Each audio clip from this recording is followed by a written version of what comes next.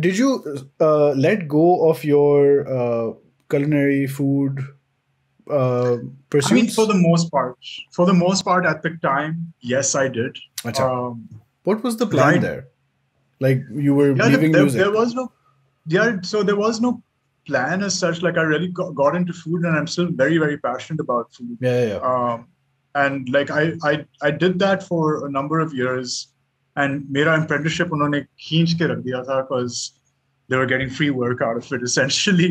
And Mm. then when the time came कि मेरा apprenticeship हो गया था, they were like, अच्छा, how about you become a banquet administrator? And I'm like, no, that's not what I joined Okay. or did Okay. this for. So like, okay, how about you manage one of our restaurants? So I was like, okay, I'm down to do that.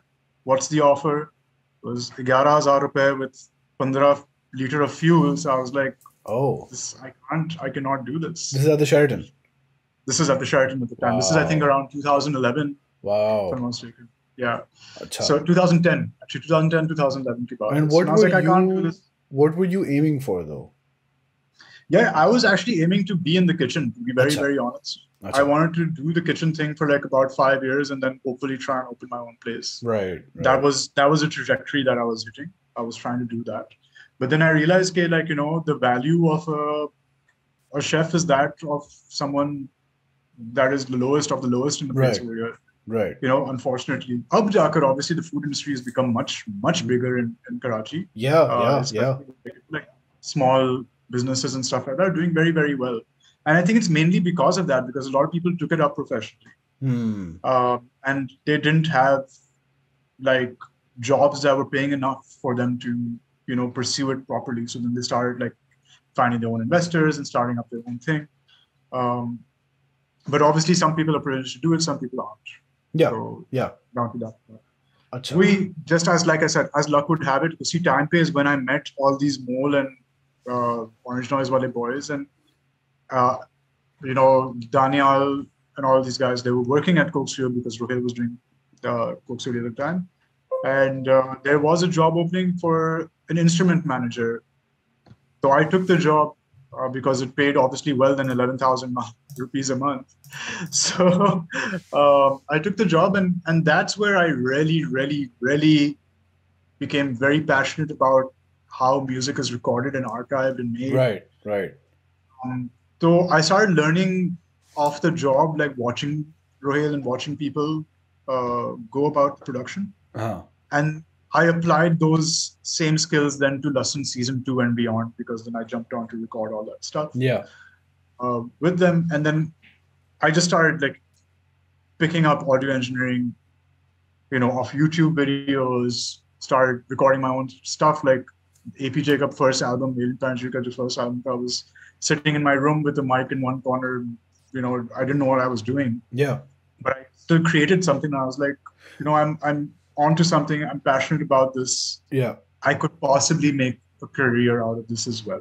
Acha, but this is also the time where I think you fully leave behind traditional guitar music, yevo, and you're veering towards electronic in a big way. I mean, yes and no. If you hear the first Alien Panda Jury EP, it's, instead of being a completely electronic thing, it's more of an electroacoustic Right. kind of EP, Right. because I've actually played guitar on it, I've played some bass Sahi. on it, Sahi. that kind of thing.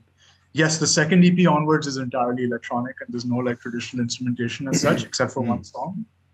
But yeah, one of the main reasons also for kind of taking it easy with playing bass is that I developed RSI in both my wrists. Oh, So okay. yeah, so playing bass more than 2 weeks actually leaves me in a lot of pain for like a month. How did that come so about, the RSI? Yeah, I think it's just got a lot to do with the fact that like I guess I used to type a lot, be on the computer a lot, used to game a Right. lot, Sure, used to sure. play a lot of music, kind of thing. So it just developed. I mean, it's also my one of my little sisters also have it, so I guess it kind of runs the family too. Perhaps.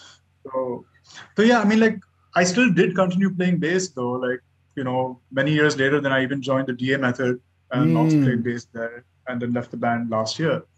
But like I mean, I wouldn't say like I made the switch as such.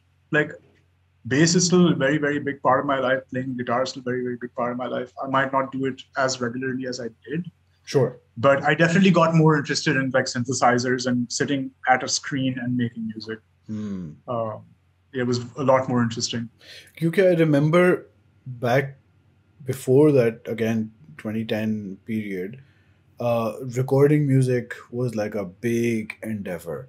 उस ज़माने में ये sound cards वगैरह were not as prevalent, not as affordable, and even if किसी के पास थे, you can't expect everybody to have like the know-how, the system, just the awareness, the knowledge. So, but then later I saw with Nadir, where these guys were just recording a lot of their stuff themselves, and then तुम्हारा भी मैं ही देख रहा था.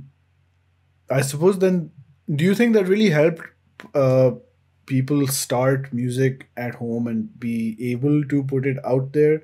That sort of self-sufficiency aspect? I really think the Mole Boys were very, very integral in this, because if I'm not wrong, Mole was the first band in the indie scene, at least, that sat at home and made their own album. I think in 2006. Right. Was it Where All Was Home that came out? Was it 2006 or 2008? I'm forgetting. Not right. Okay. Not sure. But these kids sat down and they did it, you know. And when we became friends with them and we started hanging out with them, they taught us a lot about how to use interfaces, how to use our mics, and how to place mics and things like that. And then I started working with Coke Studio. Then I got to learn a whole lot more. Then we applied those skills back onto Lasan.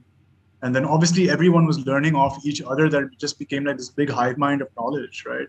So if there was something that I couldn't do, Fuzi would be able to help out. Daniel would be able to help out. Khizr would be able to help out. You know, I don't think Pakistan really.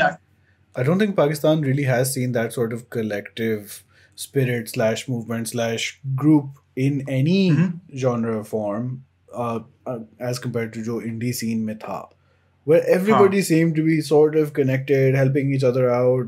You know, putting things together, collabs or festivals नहीं थे पाकिस्तान में उससे पहले तो, and even since they haven't really happened as commonly, हुए हैं बीच में इधर, but yeah, that really was a very interesting frame of mind that people were going through. But yeah, अच्छा, so सब ने एक दूसरे की help की. I mean, the Lahore scene is very similar to that right now. Yeah. The Zain Pirzadas and the Manus and the Rosio. And all the Rames and everyone. All the Rames. वाकई.